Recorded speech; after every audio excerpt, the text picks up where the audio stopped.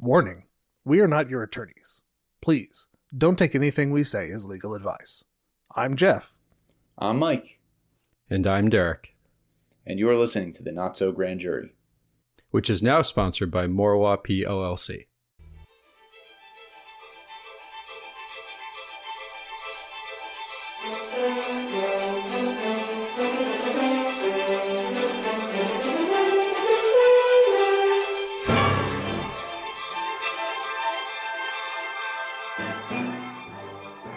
So, prior to us getting to this episode, as we teased on the introductory commentary between Geoff and I on the last episode, which was a re-release of Geoff and Mike's previous commentary on Knives Out, we teased the fact that Mike had a situation.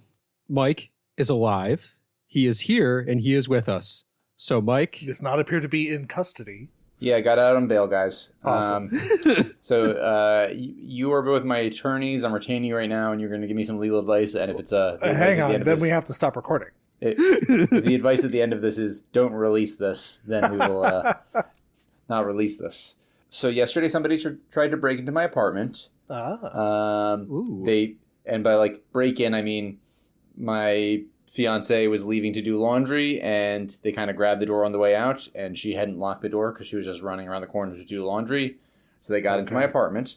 I thought it was my fiance coming back in, and I was like, "Oh, hey, babe," and then I see it's just a gigantic man. I'm like, "What the fuck are you doing here?" Interesting. So he got out as soon as I started cursing at him, and then he tried to get into somebody else's apartment, and I called the cops and shoot him off, and eventually he left. My fiance called the cops, and then I came outside a little bit later, and my neighbor leaves his motorcycle right outside of our building, and somebody had knocked it over and smashed it up a little bit. So I called my neighbor, told him, tried to get a hold of him, went down the street to take care of some stuff, came back, and apparently this person had stolen somebody else's motorcycle, was getting into it with my neighbor. My neighbor picks his bike back up, goes inside, the guy smashes the bike over again. He tried to steal this other guy's bike. He made it very far, shockingly, he walked a motorcycle about a mile. Wow. Very far. And according to the cop, they busted him because he was trying to steal some Gatorades from a 7-Eleven because he was very tired from stealing a motorcycle. So I don't know if I would have done a police report otherwise, but my neighbor, his bike was fucked up. I wanted to help him out, so I did a police report. And the officer's like, "It'll take 5 minutes. Let me take you to central booking." It's 2 hours later. Yeah, that tracks. As soon as I sat down, I was like, "Oh, this is going to take forever." When you texted me that, and I saw that the interview had yet to happen, yeah, I was like, "Oh, I've given this kind of statement before. What I assume is happening." Yeah, Mike is not going to make it to the recording. No, not even. Yeah, close. it was at that point that Geoff and I made a executive 2/3 decision on behalf of the Not So Grand Jury podcast. Yeah, no, good decision. I'm happy you guys got something productive done. Yeah, and it's just it sucks. I feel bad for this person because they're clearly not well, but also I don't know, they tried picking a fight with my neighbor and yeah. So that's what happened to me. That's what I was doing instead of recording about King of the Hill. But back to so as my attorneys, do you have any advice for me? I'm not sure if I've ever told you this. My house was broken into during law school. I did not know that. Not by someone trying to rob me, but by a drunken Rutgers undergrad student who thought my place was his friend's place and kept insisting that I was in the wrong house. What if he was right? That would have been even more interesting. But I shooed him out, and I didn't bother calling the cops.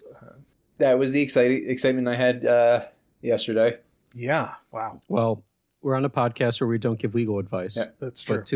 But to the extent I give legal advice in this situation, I would say you did the right thing. Yeah. You made the police report. And I will say, I do remember, I've never had anything, to my knowledge, I've never had anyone break into my place or steal anything. I know Julia had someone do that when she was in Brooklyn, so my wife. Mm-hmm.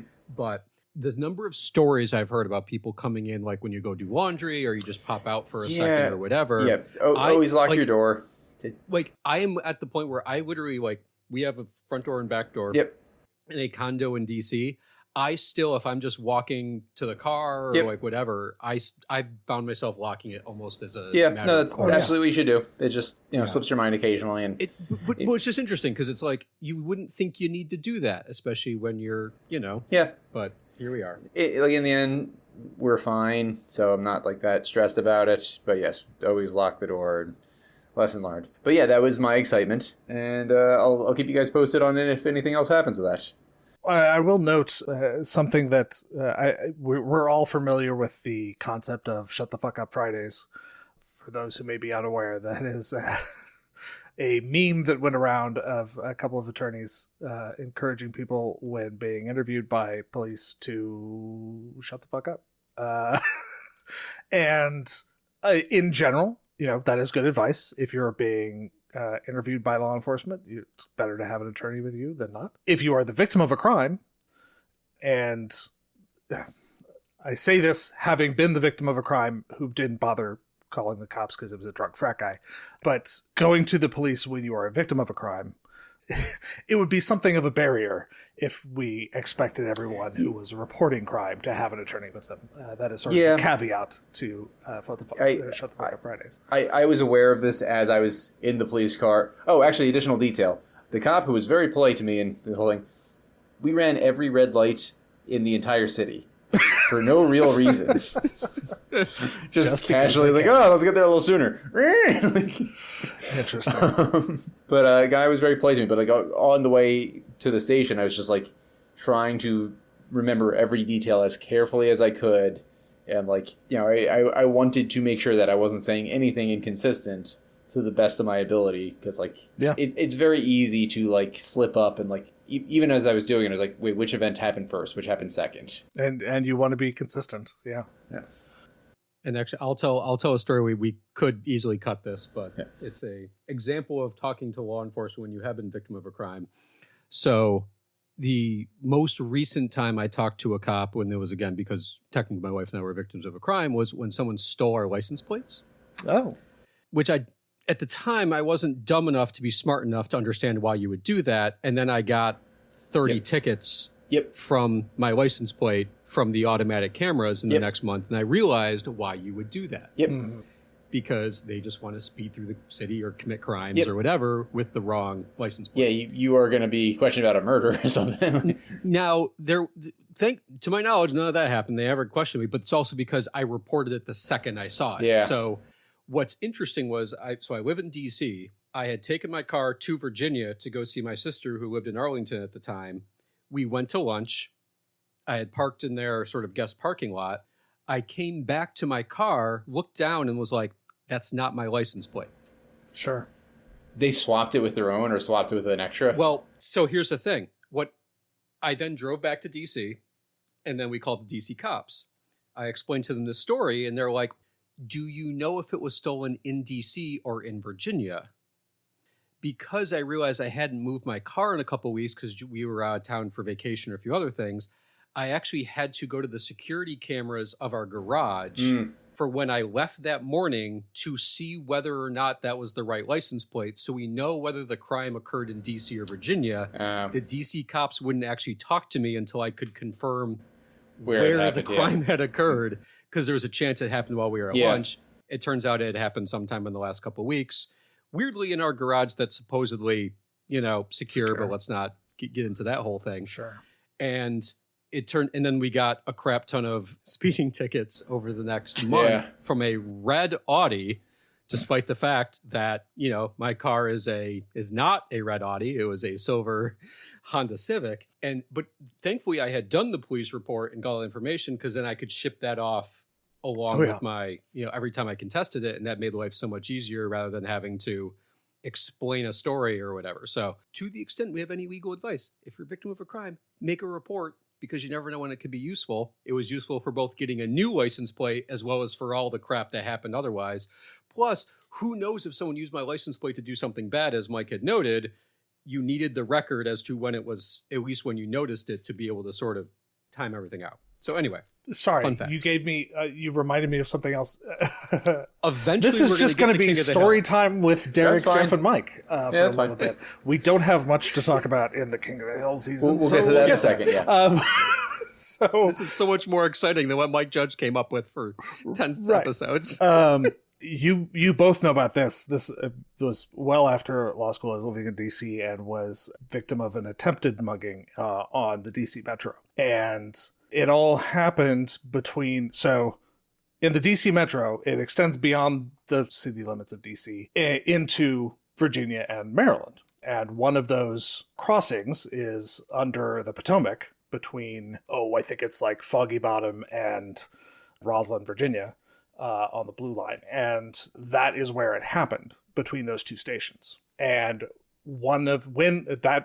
this I did report to the police because it was an actual crime and someone trying to commit a crime. And when I was talking to police officers afterward, first, yes, I'm trying very hard to keep all the details straight in my mind, which was not helped when the officers were like, okay, there's no way to be sure whether it happened in DC or Virginia because you were somewhere under the river. So we don't know whose jurisdiction it is.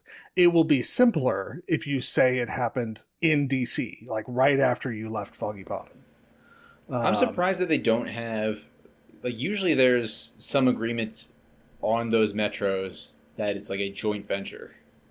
It is, but there's I guess what court it's going to go to. Or I don't know all the details. Yeah. From what they were saying, it would be simpler if that happened. Unfortunately, what happened was the whole reason it was an attempted mugging and not an actual mugging is that the train pulled into Roslyn Station and I got off. I can't fudge that, nor would I want to, because that's perjury. So. Legal advice: do not perjure oneself. Right. Yeah, well, it's not perjury to tell the wrong thing to the cops, but especially when you're not under oath. But you shouldn't. Don't lie to the police officers if you can avoid it. All right. Moving on to our primary topic for the day, I want to apologize to the guys. When I assigned the new season of King of the Hill, I've watched, I think, every episode of King of the Hill.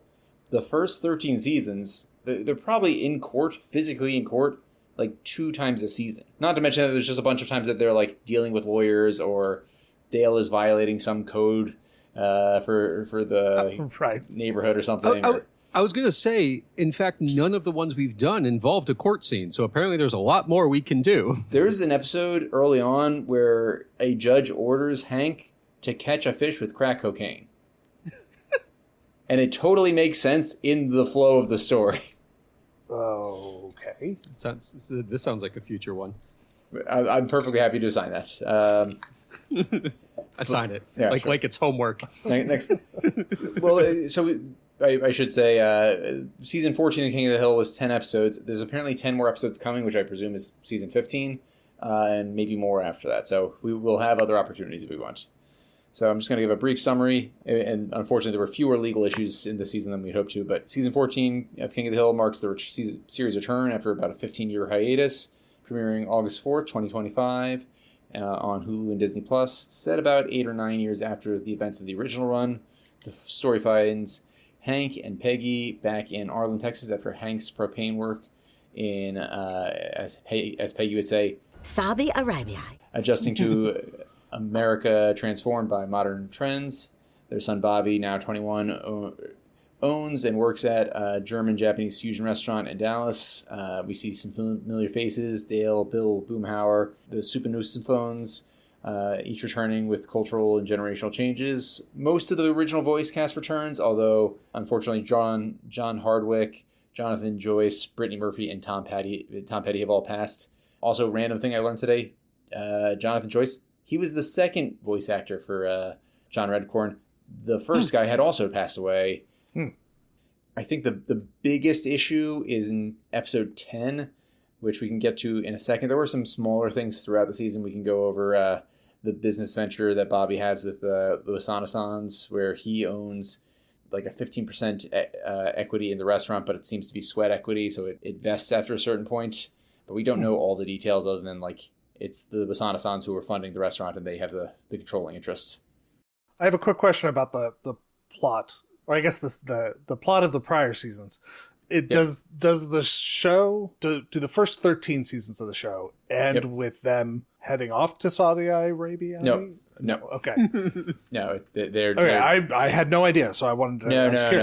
This was I think they were deciding they wanted to have Hank and Peggy rediscover America and like react to modern technology, and so they needed an excuse for them to be away for a period of time. Sure. Okay.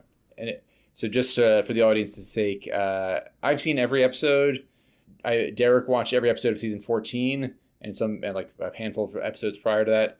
And Geoff saw most, I think, of season 14 and has seen a handful of episodes prior to that also. I think I saw 5 episodes. Okay, so half. So we're actually going to have some interesting feedback on this, I think, given that we have you obviously are a fan. I like it. We'll say that. I enjoy it, yeah. Mike's a fan, and Geoff and I have been ambivalent at best over the last couple of times we've watched it. So we'll see where we'll get there. We'll get there. The first thing I want to note is I actually love the fact that their intro gets changed because of all the stuff that happened while they were gone. Oh, yeah. You see the masks from COVID. You see them leaving for Saudi Arabia. Dale running for and winning and then apparently leaving the mayorship. I really like the show. One of the issues I had with the season is what happened to Dale's character and B, his voice. Because the voice actor passed away. The person who's currently doing his voice acting, let me pull up the name actually. Toby Huss. There we go. So Toby Huss originally voiced Khan, and this is one of the recasts that they did. They moved him from Khan to Dale, and then they put what's his face in for Khan.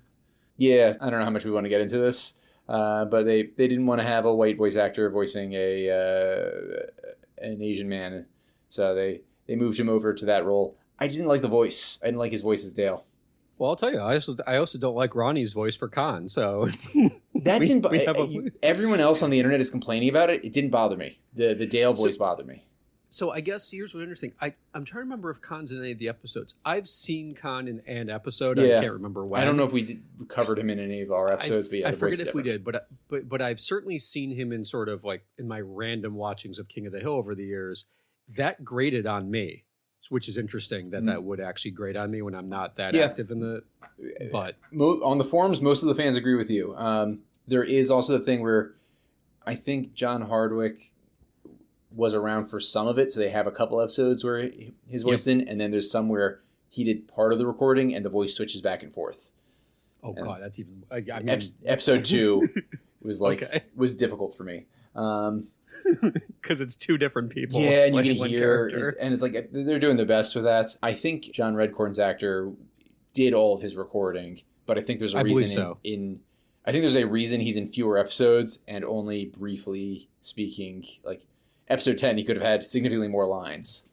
Right. Well, I assume, and again, I don't know much about how that works when it comes to doing the voices, but I assume they do an initial cut. Yeah. Then they do go through all of it, and at some point they realize, oh crap, we need to fill some shit in, and then so they have them come back and maybe do like some edits or something. It is wild that they had multiple voice actors pass away, but 2 in the last year, and like they weren't like old men, right? Like 6. Right. No, they weren't They weren't anticipating any of this happening. Yeah. So.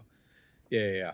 So that's interesting. But anyway, I guess let's jump into the actual issues to the extent there are many issues. And for the audience, Geoff was very frustrated that there were no issues that Geoff is actually competent on.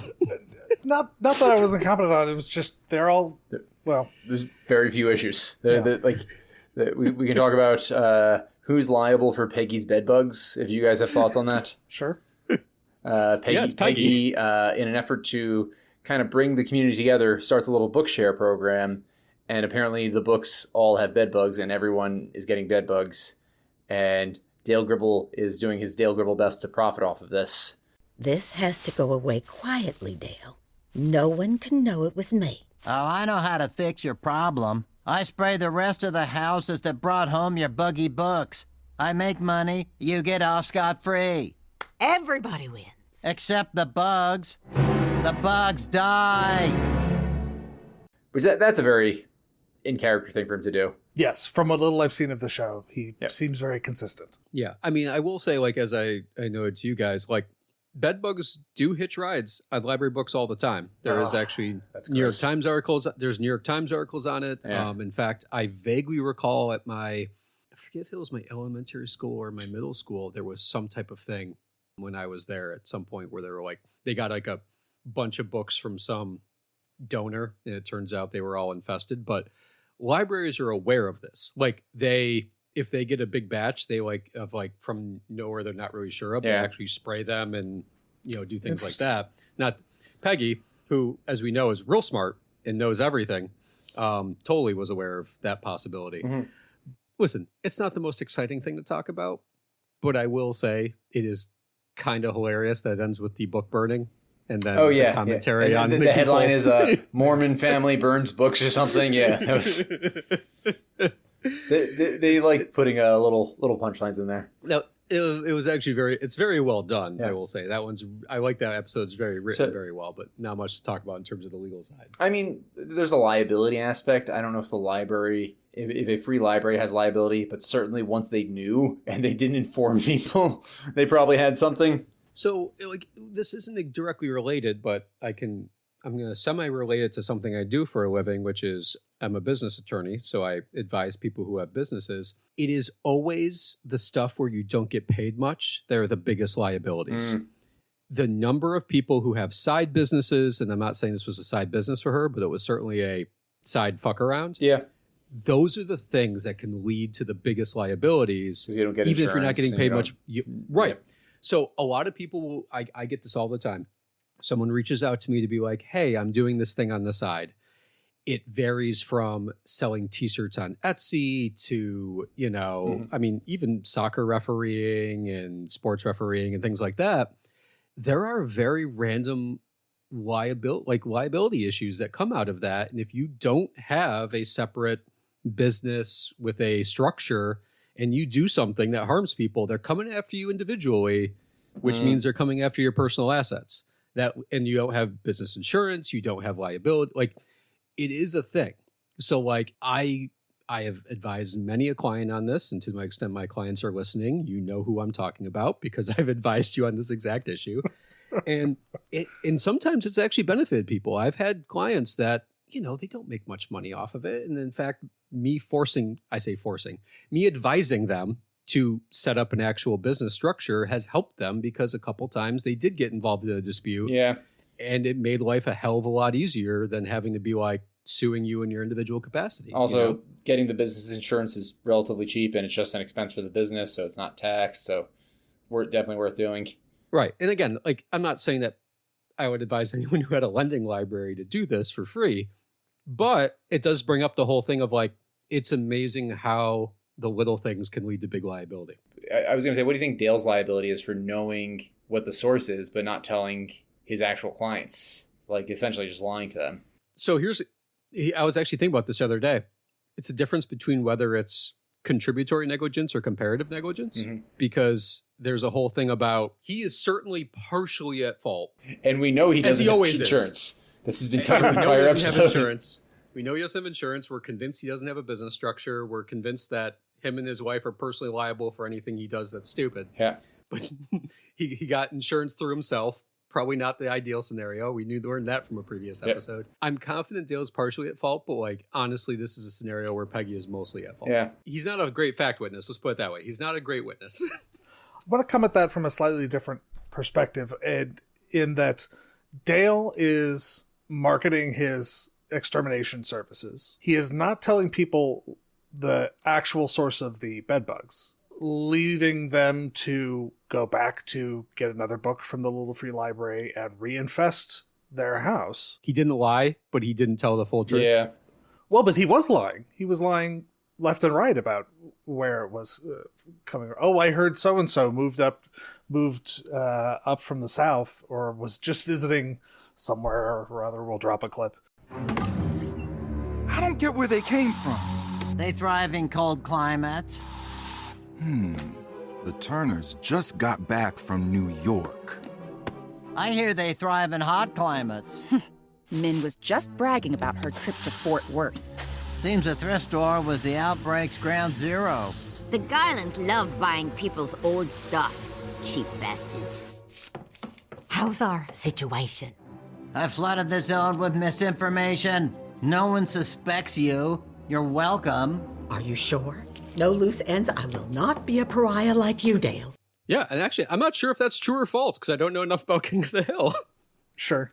I don't remember exactly what he said, but at the very least, it was lying through, failure to notify, or I don't know. It doesn't seem great. It doesn't seem like a great business practice. Right. Yeah, I'm not sure whether there's anything actionable there. I'm trying to think No. through the elements of maybe unjust enrichment or something like that. Well, But again, in the grand scheme of things, I don't think any of them were hospitalized. They didn't have bills. The only thing they did was pay Dale. Yeah. So Right. the only thing they could get back is what Dale charged them, I suppose, yeah. I guess. I mean, So Peggy would have to technically pay Dale for doing their work. yeah, or also like if they had to get a hotel, there's probably some amount of damages. Someone initially put the book with bedbugs in Yeah. the library. Well, it was an estate, so it was like I think it was an estate sale, right? I think so. I don't remember. I binged this. So she got basically all the books from like some type of estate thing. Oh, okay. I didn't put that together in watching it. Okay, sorry. Right. So like it's not like anyone sent it to her with knowledge of the possibility. She She just sabotaged got this it. free library. Well, I mean, Right. part of the kind of appeal of these little free libraries is that anyone can put books in, Yeah. and take them out. Right. So Right. there's a turns couple out- blocks from me where there's constantly I glance. I have plenty of books, but I glance at it and see like there's constantly a different selection of titles and things, and Right. it's also in like a public community space. So There was actually one in DC where it was in a completely different neighborhood of mine, but they had a book that I had lost a bunch of years ago. Oh. So I purposely went on my way. I took it and I went on my way like a week later to go put one of my books I didn't, Sure. I hadn't Gotcha. looked at a while You gotta, back into gotta it. So, pay it back. oh yeah, but Even bed bugs. and let's Did hope you check there's no for bed bed bugs bugs? in it. Yeah. I to my knowledge, I don't have any. So, Now we know you check the spine of the book, according to this cartoon. right. All right. And that's what I'm That's gonna probably base it on. probably enough about that episode. Yeah. Derrick, I I know actually you wanted to talk about episode 10. So first thing I want to go back to us talking about the business structure of Bobby's restaurant, because that's actually completely normal. Yeah. That someone owns a decent percentage of Yep. any type of business. You get It sounds very reasonable. We don't know any of the actual details other than like Right. there's some kind of sweat equity thing. If Bobby does hit certain markers, he gets 15% of the restaurant. I guess I'll just have to pay for an exterminator out of my own pocket. You can afford that, yes? No, man, I make the same as you. Same as me? Mierda. Well, I took less salary in exchange for my 15% ownership. And it only pays off if the restaurant is a success. And that's why I work so dang hard. You do work too hard. If you were an R&B singer, you would be called the weekdays. and again, that makes perfect Yep. sense. I'm not saying most things are like that, but it is certainly Yeah, if you and it makes sense on both ends. If you have money to invest and there's somebody with talent that wants to run a business and you think that it's worth it, it's a way to incentivize that. And if you don't have the money but you have the talent and the passion, right. Doesn't that, Right. that pretty regularly comes up in law firm management because plenty of partners put their own resources into it, but plenty of law firm partners, what they contribute is their specialty, their yep. skills. Let me get into episode 10, good old pig butchering, which, by the way, after having watched 9 episodes and having come up with, at best, 5 tertiary issues, Yep. I was looking for a primary issue, and I got very excited early on because I'm like, ooh, good. We're actually getting into okay, let me give the backstory to those who don't know what pig butchering is. First, I'm going to tell a brief plot of episode 10, and I'm going to explain pig butchering scams and then the actual pig butchering that happened on the show, because it's sadly 2 different things. So episode 10, A Sounder Investment. The plot is basically that Peggy and Hank's friends launch a entrepreneurial venture centered around hog removal / butchering, aptly named Boom No More. No reason we can't do it every weekend. There are plenty of farms with plenty more pigs to shoot. Yeah, man, like them dang old wicked guys that intersecting circles, man. You just do what you love and then I'm gonna work a dang old day in your life, man. You really think we can make it a business, Boomhauer? Well, it's a better idea than your Uber for dogs. If a dog can guide a man across the street, why can't he drive a car? Wait, your idea was for the dog to... never mind. Basically, it starts out as Jonathan Redcorn is selling red corn, because why wouldn't he? And is complaining that he can't actually sell it because the hogs are ruining his yield, effectively, which then leads multiple people, including basically all of Hank's friends, to come up with this great idea to kill all the hogs. That's the short version of how it goes down. The endeavor initially appears financially promising. I love the appearance of the Ryan Express, Nolan Ryan, to appear as a celebrity spokesperson on behalf of the parent company. Oh, they're here! Gifts for our company founders. Ringo! God dang it. Oh, man, that dog about the old shit. And here to present them, Pig Force celebrity spokesperson, Nolan Ryan. The Ryan Express? These keys are for Peggy, Bill, Dell, and how do you say this? I was talking about that dang old Boomhauer, man. Dang old Boomhauer. How did they get you to come here? I invested in Pig Force stock. You'd be a damn fool not to. It's gone up 10% more. Cha-cha-ching. Hey, that's my thing. And it's still going. Yeah. That is an awesome, random appearance of Nolan Ryan, who, voices himself. I hadn't thought about Nolan Ryan since probably 1992. That was surprising blast from the past.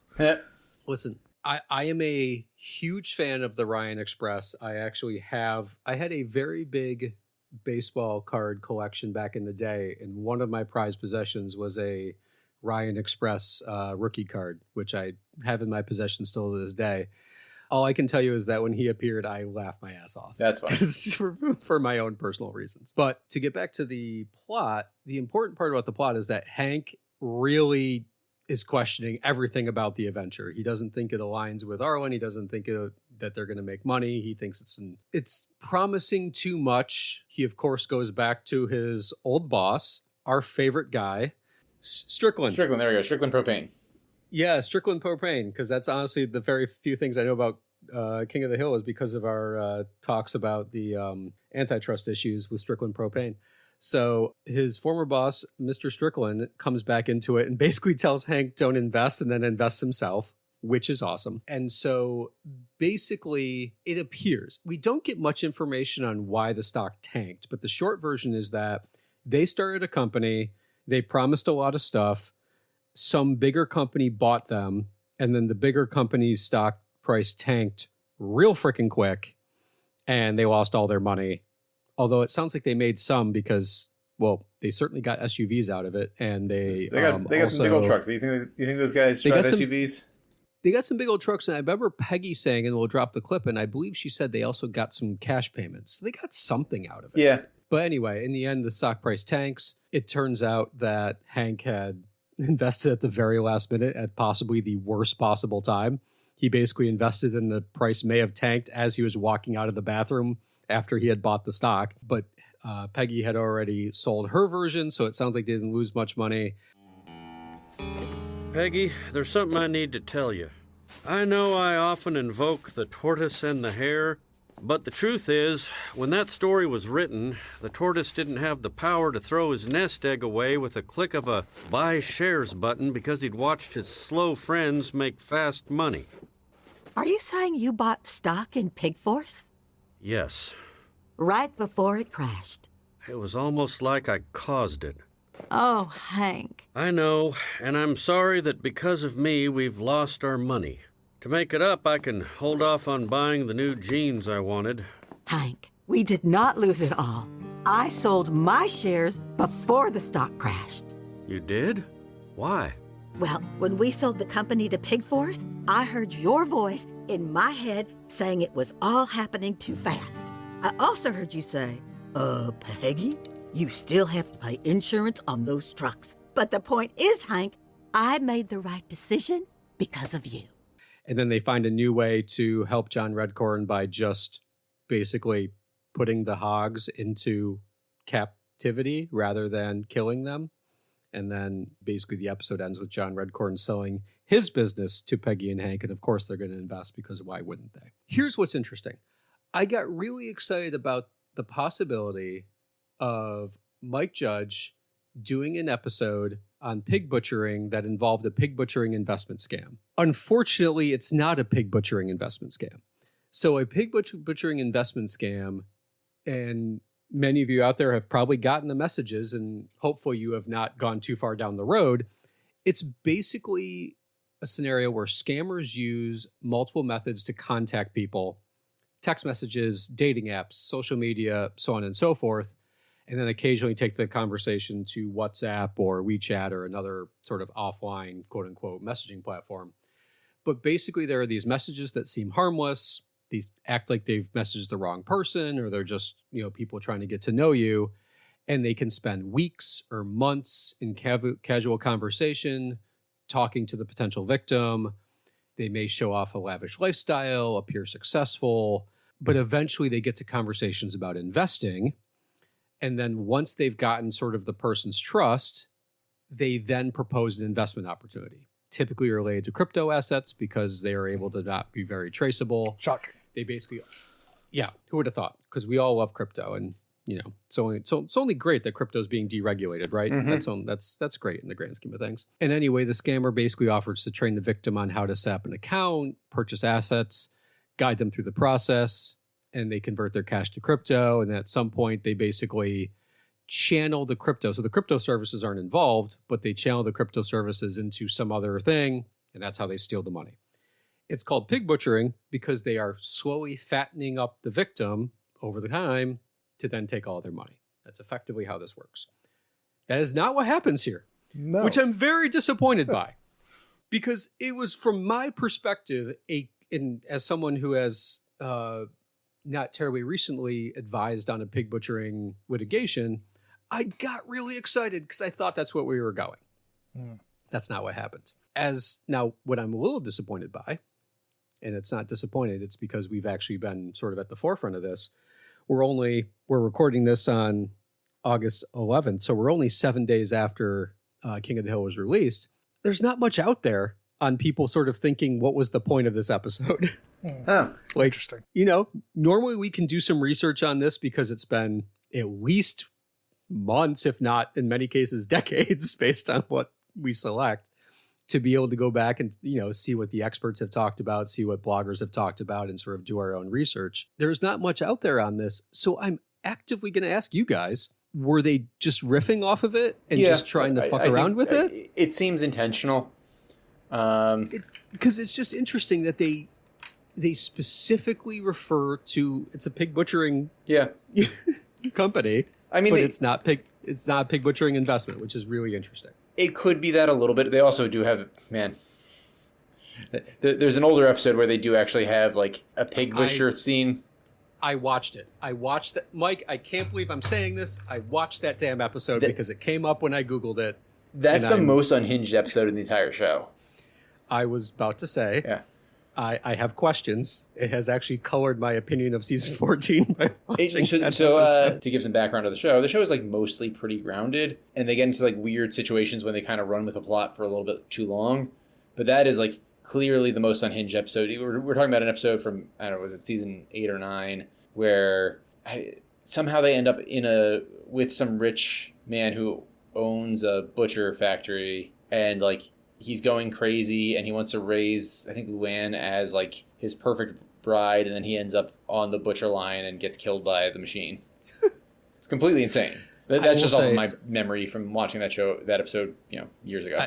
The short version of all of the episode 10 is that, one, I can totally see a scenario where a bunch of friends would do something stupid like this. Like, how many times have you guys at some point, whether in college or after college or whatever, said we should buy a bar or something else stupid that would involve some type of investment or ownership or whatever? Make a movie. And see, there we go. We all have our things. I was buy a bar. I was always like, why wouldn't we buy a bar? We're in them all the time. We know how it operates. Like, why wouldn't we just do it? So I guess in terms of the like sort of authenticity, I can totally see this happening. And it's hard to know how much they invested and how much they made and whether it was like legitimate amounts of money or fake amounts of money or whatever. But, I envision scenarios in life where stuff like this comes up. And certainly I've had friends who have been like, hey, do you want to, participate in this investment endeavor? And I'm like, how much money are you asking? And then when they send in money that was not expecting, I'm like, no, thanks. We're good. And if they ask for $100, I'm in. So that just shows to the world, if you ask me for $100, apparently I'll give it to you. So anyway.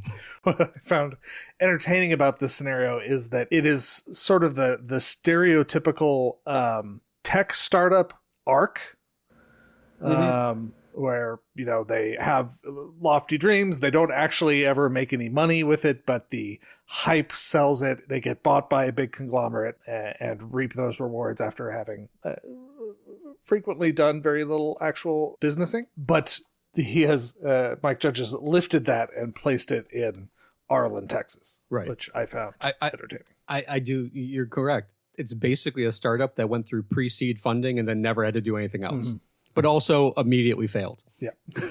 They were bought and then immediately died effectively. I enjoyed the episode. I was disappointed because I was kind of thinking it was going in a different direction, but nevertheless, I had a good time with it. So to jump into other random issues that came up in season 14, do we have thoughts on Chore Chimp as to what was that? Chore Chimp? Oh yeah, good old Boomhauer, who was apparently what's the real version of that called? TaskRabbit. It's basically. I think it's basically a takeoff of TaskRabbit. This is an actual thing. Oh yeah, no, that's the thing. You can hire somebody to do a simple task for a certain amount of money. Interesting. Okay. I don't know. It's the app economy. The gig economy. No, I get it. I mean, I believe there's TaskRabbit. There's also Thumbtack, I think, is a new one. There's various apps out there. I mean, this goes back to what we said earlier about doing some informal work like this. Like, you should absolutely have insurance for something like that if you're doing repair work on somebody's house, or that's real. Because if a pink can falls on your head, you're not going to get workers' comp. Well, and also, not just to protect yourself, there are most jurisdictions require you to have insurance if you're doing any type of residential, I'll call it renovation. I forget if you're just doing small repairs if you have to, because that probably is jurisdiction by jurisdiction, but still, you should have it. Yeah. Yes. I also love the fact that apparently Boomhauer is not only a great listener, but provides great advice, even though you can't understand a single goddamn word he says. Oh, yeah. That was, I will say, there was something interesting about that one, because basically Hank gets a crappy review, not for doing bad work, but because he wouldn't give life advice to a couple that wanted to vlog about their child. I don't know. Man, we live in a weird world. Their concerns about their newborn and their lack in the fact that she broke her vibrator. Yep. Yep. Which Hank directly responded to with not getting into that or not fixing that. I think he says not fixing that. We'll drop that clip in. Congratulations, Geoff, for having to find that clip. I know the clip you're referring to. Of course. Good afternoon, ma'am. I'm from Chore Chimp, here to hang your curtain rod. You're Boomhauer? No, I'm Hank Hill. I'm filling in because Boomhauer is incapacitated. Are you as good as Boomhauer? Yes, ma'am, I definitely am. Well, come on in then. Eric, this is Hank. He's gonna hang the curtains. You're a lifesaver. Between work and the baby, there's just been no time to get stuff done around the house. Not a problem. I don't sleep anymore. I'm a shell of a person. Plus, Lena and I haven't had sex in I don't know how long. 62 days. I broke my vibrator. I am not fixing that. Oh, come on. I mean, it's just this all day. But to try to get into something about this, if you get bad reviews and you are a business, there are ways to deal with it, and it's not necessarily going back to the person who gave you the bad review. Yeah, that would have been weird if that ever happened to you. If you gave an Uber ride a bad review and they show up at your house, you wouldn't feel comfortable talking to them. Right. That's when you call the cops. Correct. That's stalking. When the last time I bought a car, they had me do a survey like a week later, and I gave the actual car salesman really good feedback, but criticized the dealership for their computer systems being terrible, and I had to wait 3 hours just for the paperwork to happen. And when I brought it back for service at some point, he confronted me for giving him a bad review. Wow. And I'm like, I gave you a really good review. It was it was everything else that was the problem. But what the hell? So I got a great story about reviews. When I was recently in Istanbul, Turkey for a wedding, and we got a recommendation to go to a restaurant. So Julia, my wife, and I, and our friend Chloe went to a restaurant that may have been the weirdest restaurant experience I've had in a long time. Like, it was put itself out as a seafood restaurant, but it had probably 12 pages of food and only a half a page was seafood, and it was not what looked like real seafood. There looked like one waiter that sort of knew he was doing, and then there was like 20 other people standing around that didn't know anything. Very weird experience. But we also did not have alcohol, which I'm not saying is a bummer, but that's something you should probably be aware of before you walk into a restaurant. At least indicate it's BYOB, so I know what I'm getting into. At the end of the meal, the waiter comes over, and one of the waiters that didn't know what he was doing, and has this card that he can tap on your phone, and it immediately pops up the Google reviews page. Huh. So he taps it on my wonderful wife's phone, and the guy literally stood over her. Oh, that's how you have while to do it. she was That's how writing you the review. You have to go back and you have to go back and correct it later and be like, this is terrible. Well, so she was doing it. She clicked the 5 stars and started doing it. And then basically I distracted him in some way. I forget how I distracted him. And he got distracted and Julia's like, submitted it. And then he went away. She did not submit it. And in fact, I said to her, maybe let's get back to American soil before we submit that review because I'm actively worried something's going on. And here's the fun thing. It is listed as like the 15th best restaurant in Istanbul.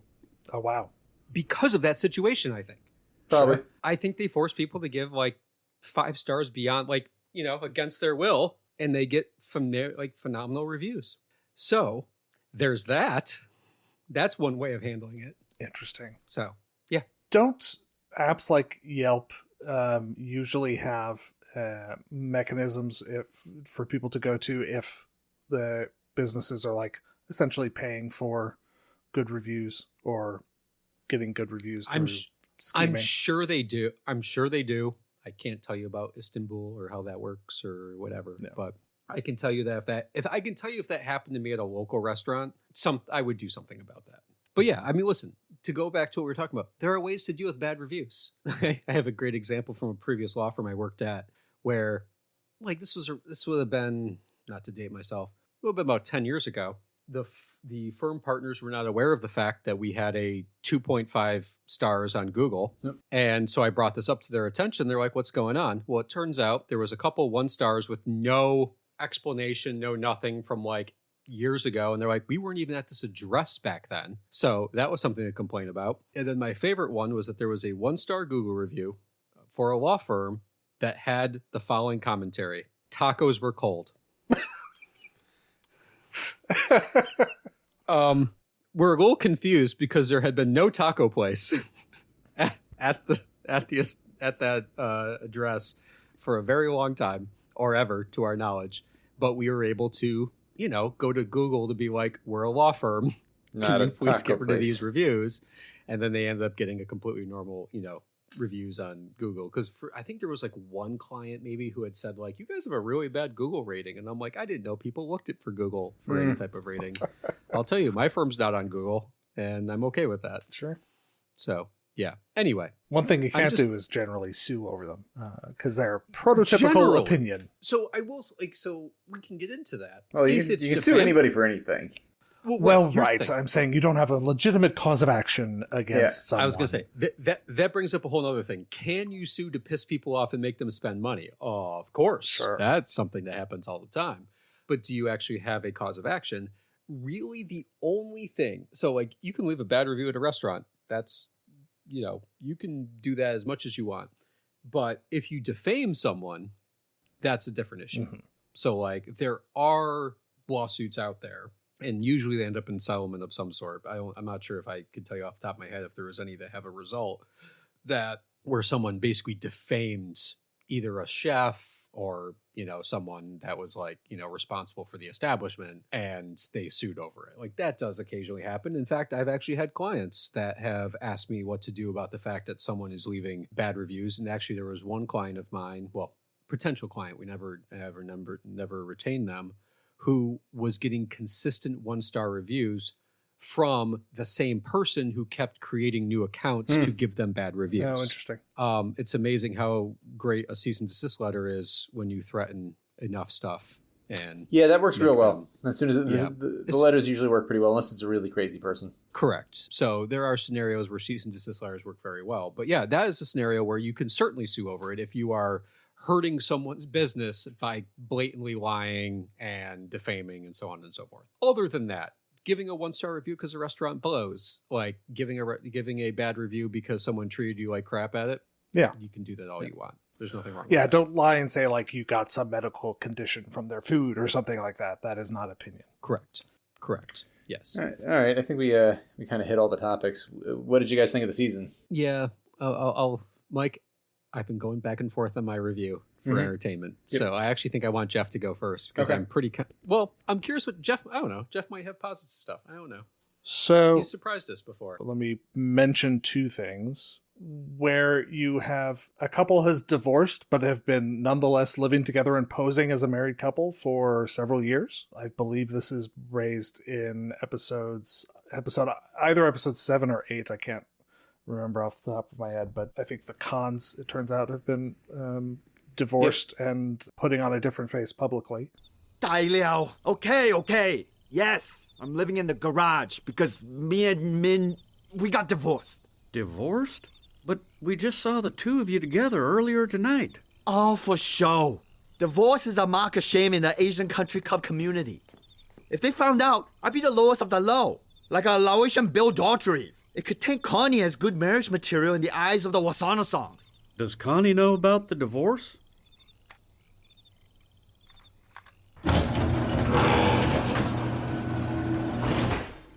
Yes. That was unnecessarily dramatic. It was completely necessary. This is a serious situation. You can't tell anyone, especially your bladdermouth wife. Lie to Peggy? I don't know. Please, Hank Hill. Look at how pathetic my life is already. Even those geckos know it. Every night they have sex in my bed, mocking me. They make me watch. Good Lord. If you lie on various government documents and say you were married when you were not, that is definitely a problem. But otherwise, are there legal risks associated with that? We don't know what they lied about. I mean, we know that they lied to their friends or their neighbors about it. I'll raise one thing we do know is they're members of this country club that hosts their 50th anniversary. And maybe that country club is out several years worth of membership dues from one or the other of them, or a different amount. That's a fair point. Okay, that's a fair point. It's certainly a question on there's nothing in this episode indicating that this happened, but like if there's, for instance, a lawsuit against one of them and turns out that they're actually not legally married or like something like that, like it does change in terms of what money you can recover from, because in some states, per a previous episode, you might actually have access to the other person's money if in fact you were to get a judgment against them or something along those lines. Listen, I don't think in and of itself it's not, but like if like the country club's got to be pissed. Yep. Right? I would assume so. I assume that they weren't like filing their taxes jointly at this point, but like... But if they did, that's right. Real issue. That's a federal crime. Yeah. Right. Right. Now we're getting into... I'm just thinking, things that aren't quite so obvious. There are... I can think of states where I would want to double check the laws around marriage and divorce for whether or not if you've cohabitated for some period afterward, there are still in a few jurisdictions common law marriage. But is it cohabitation if he's only in the garage? Oh, that's a fair question. I don't know. But there are interesting things to consider there.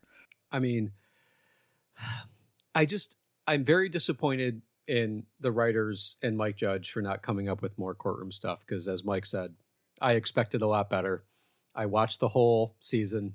I in fact binged the whole season, which I did not think I was going to do. Interesting. I had watched the entire season by 2 p.m. August 5th. So wow. You finished it before I did. I texted Mike about it, and Mike goes, "You're done before I am," and I was like, "Wow, okay, that happened." So I think Geoff has to go first in terms of the ratings, and then I know what Mike's going to do, but at least on one of them, I know what Mike's going to do. You don't know what I'm going to do. I'm a man of mystery. Sure. So I'll caveat this with I have only watched half of the episodes of this season. In terms of the law, there's not a lot of meat on the bones here.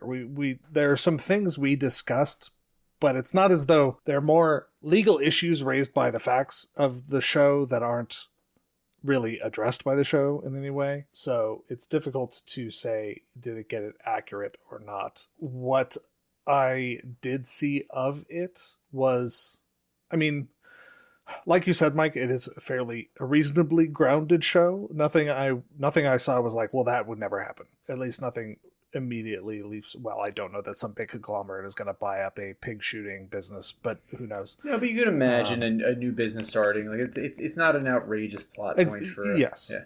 So I will give it a thumbs up on that front. It didn't get a bunch of stuff wrong, and frankly, that is the bar that we have set for a yay vote.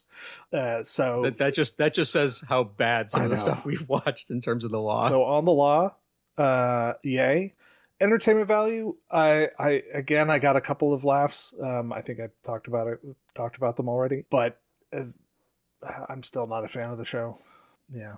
So, no. I think you gotta go, Mike, because I assume I'm going to be the tiebreaker, but maybe you're gonna. The legal stuff. I guess we have to come up with a system for when something we're watching is just not legally related at all. It didn't do anything outrageous. It didn't get anything wrong because there was nothing to really get wrong. So I guess it gets a thumbs up on that.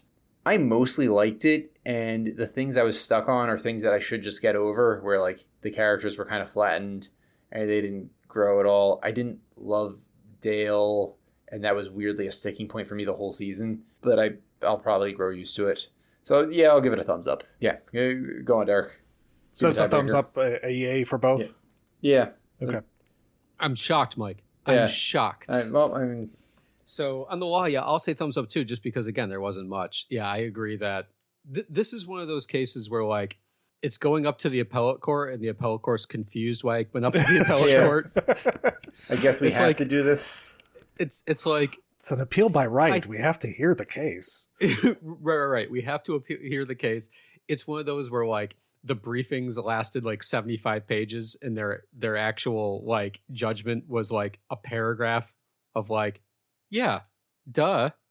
In fact, we're like awarding costs against the people that appealed because we're not sure why you even appealed. That's basically what's happening. Entertainment. Seriously, Mike, you're going to have to tell me, why the hell does this have a 98% on the tomato meter and a 90% on the popcorn meter? How? People have better taste than you. I don't know. There are 43 reviewers. You're the man that made us watch Lincoln Lawyer.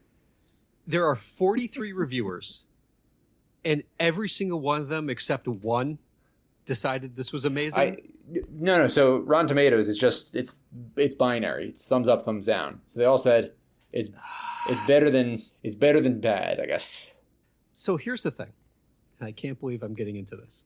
The first episode sucks. Yeah, that was very corny. It did not do it for me either. I agree. The first episode blows. I would say even like parts of the first couple are like take a little to get into. The last few I really liked. I really liked the hog hunting episode. It felt like they got back into the swing of it.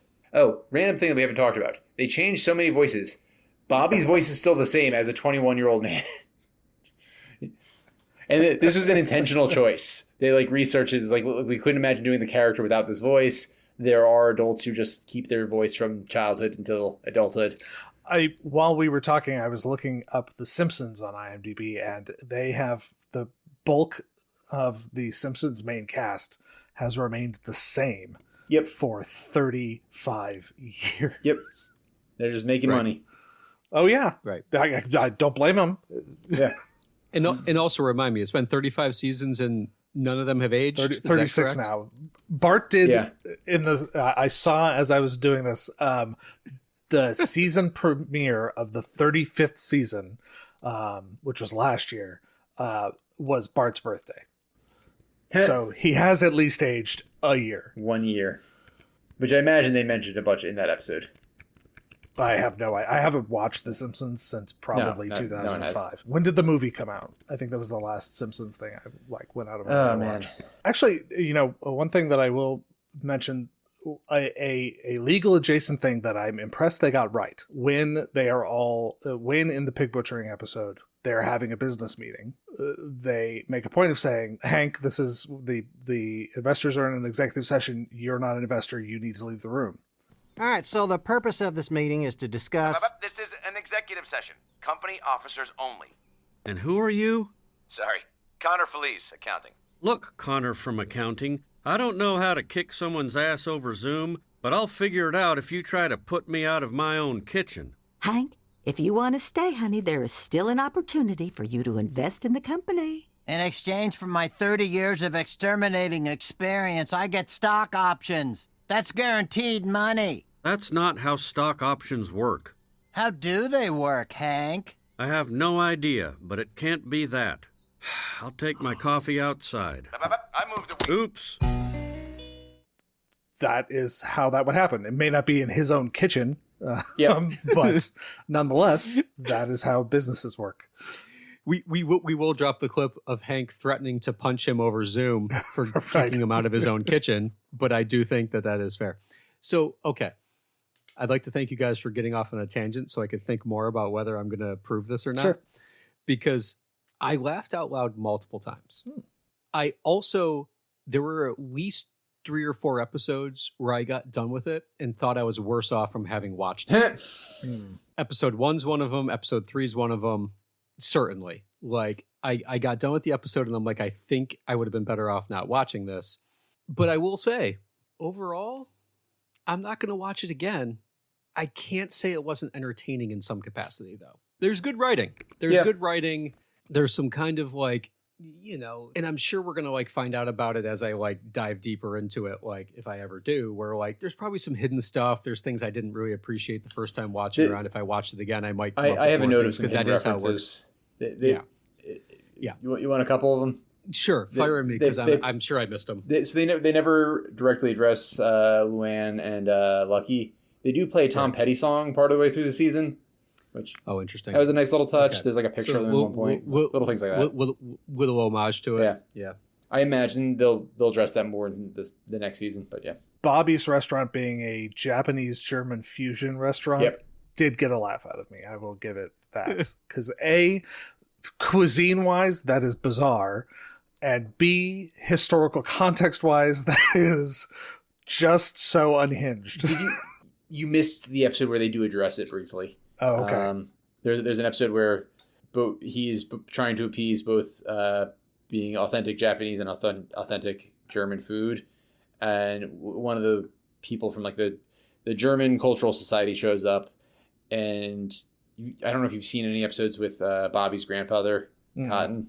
Cotton was a famous character because he lost his shins in the war and was very short because of that, and also regularly bragged about short because and regularly bragged about having killed 50 men, and then one of the guys from the Cultural Society, when he dropped this clip in, says he killed my father. He's like, you killed my grandfather. Your grandfather was one of the 50.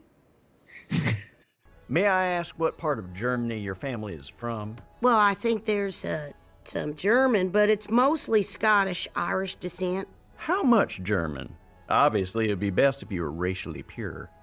Really? You're going there? Hell, that's not a German name. Are you any relation to Cotton Hill? I'm his grandson. He machine-gunned my grandfather. So he was one of the 50 men? We'd like to try your food. If it's authentic, we'll write you up in our newsletter and the Dallas German community will hear. And if it's not authentic, they will also hear. I mean, I will say, and I did some research on this, sadly, that like there is actually a heavy German population in certain parts of Texas. There's obviously Japanese fusion is a thing kind of everywhere. So it's like it's not completely it's a Robata place, which is not a traditional sushi place. It's a grill focus. So I could see like, oh yeah, you're grilling meats. You could see some sausage somehow making its way in there or something. Right.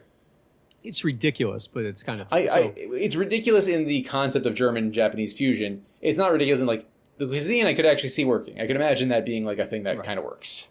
Right. Like, charcoal grill and meats, like, universal. So the problem is I'm swinging. I have extreme swings. I have some episodes that I thought sucked and some that I thought were fantastic. I'm going to find a way to be the Roberts and have it go to the majority, but have it be the most narrowest win of all time. It's like, I enjoyed these 3.5 episodes, and I will find a way to ignore the 6.5 that don't change anything. Listen, I will say I was not expecting to like it. I did a binge watch expecting me to like hate watch it.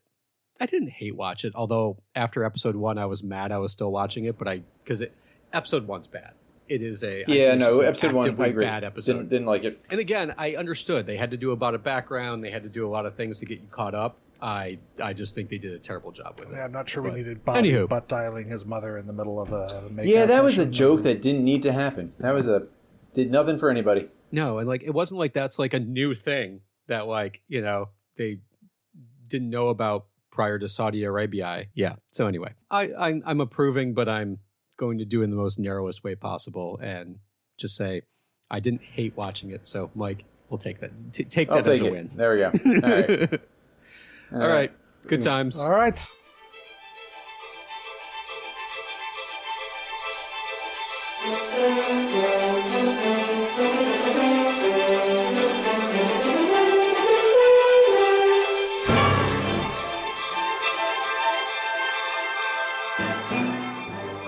The Not So Grand Jury is sponsored by Morwa PLLC. The opinions expressed in the Not So Grand Jury are those of the hosts themselves and not of their respective employers. The theme music for the Not So Grand Jury is from Gustav Holst's Jupiter and is in the public domain. If you'd like to get in touch with us, if you want to suggest future movies, or even if you want to offer corrections, you can email us at notsograndjury@gmail.com or message us on any of our social media accounts. The Not So Grand Jury is copyright 2025, all rights reserved.